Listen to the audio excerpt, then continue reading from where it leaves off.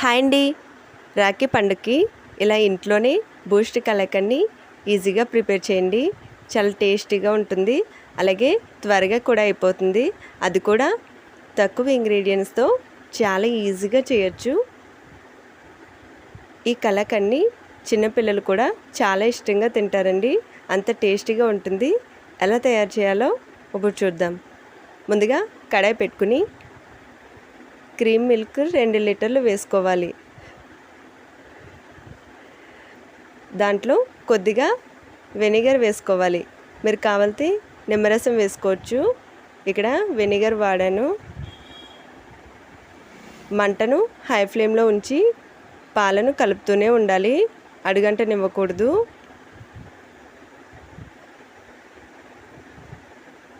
ఇప్పుడు పాలనేవి విరగడం స్టార్ట్ అవ్వింది కదండి, అది కూడా కొద్దిగా దగ్గర పడిపోయింది. ఇప్పుడు దాన్ని కలుపుతూనే ఉండాలి. దాంట్లో 1/2 కప్పు పంచదార వేసుకోవాలి.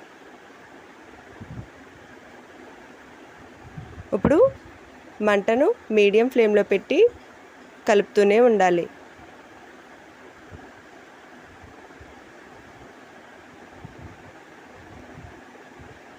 ఇది కొంచెం కొంచెం దగ్గర పడుతుంది కదండి, అలాగే కలర్ కూడా కొద్దిగా చేంజ్ అవుతుంది.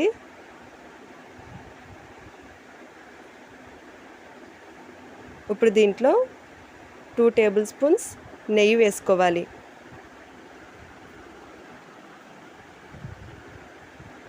అదంతా బాగా కలుపుకోవాలి.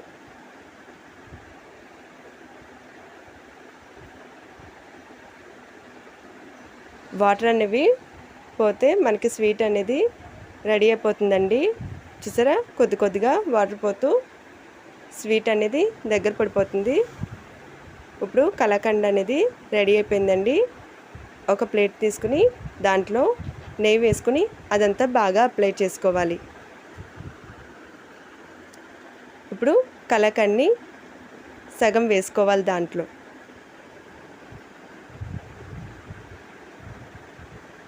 అదంతా బాగా స్ప్రెడ్ చేసుకోవాలి.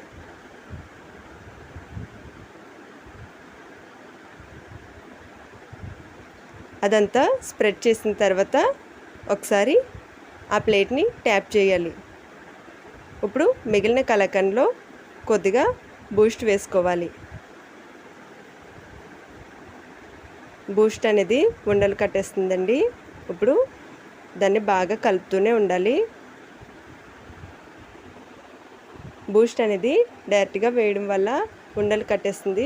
మీరు కావాలితే బూస్ట్లో ముందుగానే వాటర్ యాడ్ చేసి అప్పుడు కలుపుకోవచ్చు. చూసారా, కలర్ అనేది చేంజ్ అవ్వింది కదా. ఇప్పుడు అంతేనండి. ఇప్పుడు స్టవ్ ఆఫ్ చేసేసుకోవాలి. ఆ ప్లేట్లో ఆ కలాకండ్ అంతా వేసుకోవాలి. అదంతా బాగా స్ప్రెడ్ చేసుకోవాలి.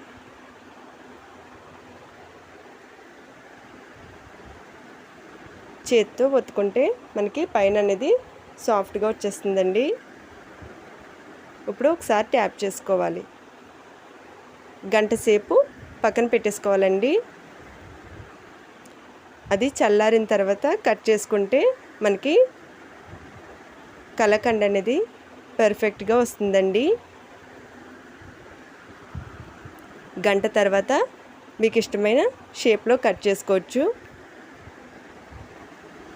ఇక్కడ స్క్వేర్ షేప్లో కట్ చేస్తున్నాను.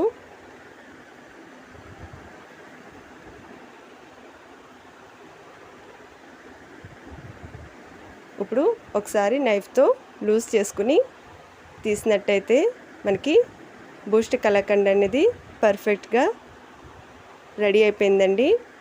మీరు కూడా తప్పకుండా ట్రై చేయండి.